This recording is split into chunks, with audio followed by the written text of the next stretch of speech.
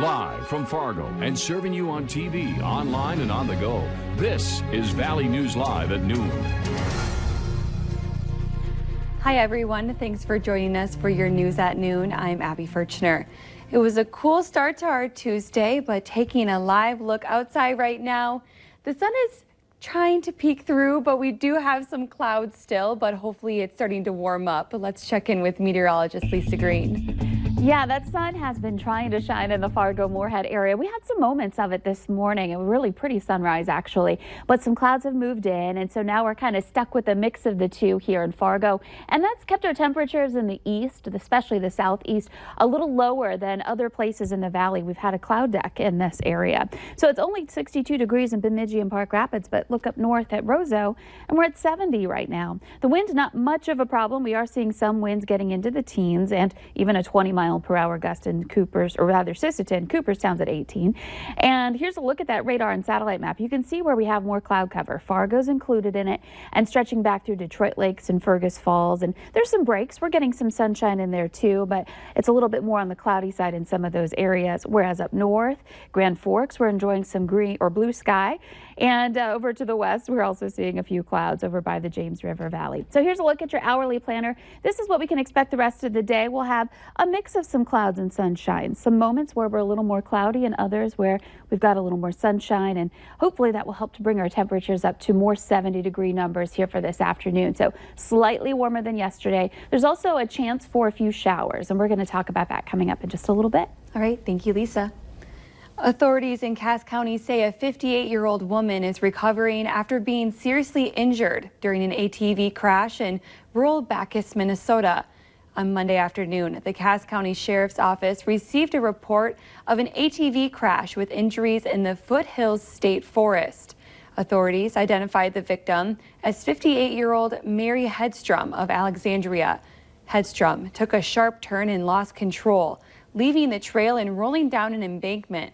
Officials say Hedstrom was transported to a Brainerd hospital with serious injuries. A North Dakota man accused in a multi-million-dollar fraud scheme has signed a plea agreement in federal court. The agreement calls for 22-year-old Hunter Hanson of Leeds to plead guilty to wire fraud and money laundering and to pay back about $11.4 million. Court documents unsealed yesterday show Hanson contracted last year with about 60 farmers, elevators, and commodity brokers in North Dakota, Minnesota, and Canada to buy crops and either failed to pay them or sent them checks that bounced. He allegedly laundered money between his multiple bank accounts and other businesses, and those actions led the State Public Service Commission to shut down the Devil's Lake-based company. Authorities in Douglas County, Minnesota believe a man died after being trampled by a bull or cows. The Sheriff's Department was called to the home in rural Douglas County on Saturday, June 15th, around noon for reports of a death. Authorities found 41-year-old Craig Thonis of Parker's Prairie near a shed in the cow yard. 2 cows and a bull were also found roaming around in the same area. At this time, authorities believe the man was trampled by the animals. An 8-year-old boy is the third victim of a shark attack off the North Carolina coast in the last 2 weeks.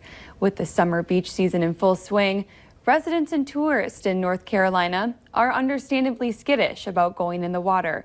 Here's NBC's Carrie Sanders. This morning, for the first time, we're hearing the frantic 911 call after an 8-year-old boy playing in the North Carolina surf was attacked. I'm on Bald Head Island, and someone got bit by a shark. The boy suffering puncture wounds to his leg. All right, I need you to continue with his father to hold firm, steady pressure on both wounds, okay? Rushed to the hospital, he's expected to make a full recovery. Some tourists now keeping a wary eye on the water after the third attack this month along the North Carolina coast. It definitely makes you nervous. Shark attacks, you can die. You can die from that. But at one state aquarium, shark experts say it's more of a coincidence than a trend. And we are not a natural prey item in their world. So when we do get these encounters, as unfortunate as they are, it is most likely a case of mistaken identity. He says sharks don't hunt humans, but might mistake them for a fish or marine mammal.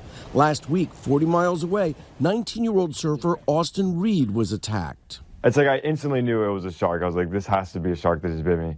And 2 weeks ago, 17-year-old Paige Winter was attacked at Atlantic Beach. Her paramedic firefighter father punching the shark until it let go. And I hit it with everything I could, and it let go. Paige's spirit undaunted despite losing a leg and 2 fingers. And I think with this situation, I can transform it into something that's not like, oh, how tragic, 17-year-old lost a leg. No, 17-year-old lost a leg and we're popping, you know? Marine experts in North Carolina say they believe the shark that bit the 8-year-old was likely a blacktip. Emergency rules are in effect immediately on Lake Ashtabula north of Valley City after state officials confirmed the presence of zebra mussels in the water. A fisherman spotted a zebra mussel last week, and further inspections found populations of zebra mussels of various ages throughout the lake. The state is now prohibiting the movement of water away from the lake and river, including water for transferring bait. You should always clean, drain, and dry boats and other equipment before using another lake. Plus, you should protect your feet when wading or walking on shoreline rocks, and be careful when handling mussel-encrusted objects. Zebra mussels are dime-sized with sharp-edged shells. They can produce large populations in a short time. Some people come for the rides and shows, but most Minnesota State Fair goers come for the food. Today, State Fair officials released the names of some of their newest items, like the Bada Bing sandwich from the Sandwich Stop and cheesy sriracha funnel cake bites. You can also find anything deep fried and on a stick at the Minnesota State Fair, even tacos. Midtown Global Market's Taco Cat will have fried tacos on a stick. Swine and Spuds will have a deep fried dilly dog, which is a pickle stuffed bratwurst. And when it comes to sweet treats, Rainbow Ice Cream is serving up a Halo ice cream. It's a halo of vanilla cotton candy around a soft serve ice cream cone. The Anchor Coffee House is taking a traditional fair treat and putting a spin on it with their mini donut latte. And make plans to grab some lunch and help a good cause tomorrow. Tomorrow is Wish Burgers Day at the West Acres West parking lot. It's going on from 11 a.m. to 1 p.m. with proceeds going to the big 98.7 Christmas Wish program for local families. For a suggested donation of $5, you'll get a Sicky's burger, chips, drink, and ice cream. One of the first farmers markets in the FM area is opening up today, and it's in a new spot this year.